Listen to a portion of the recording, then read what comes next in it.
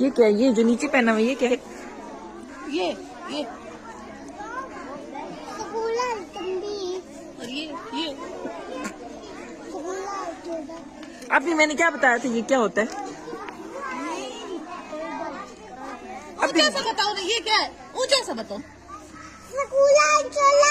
और ये उधर देख के बताओ, उधर देख के बताओ, ये क्या है? ये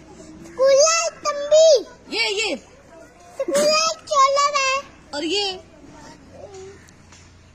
ऊपर देख के बताओ ना। बताएं आप लोग, ये क्या है जो उसने पहना हुआ ऊपर, इसे क्या कहते हैं? आप बच्चे क्या कह रही हैं, ये क्या है? मैं फिर वही ये क्या है? उधर देखो, ये क्या है? हाँ बोलो।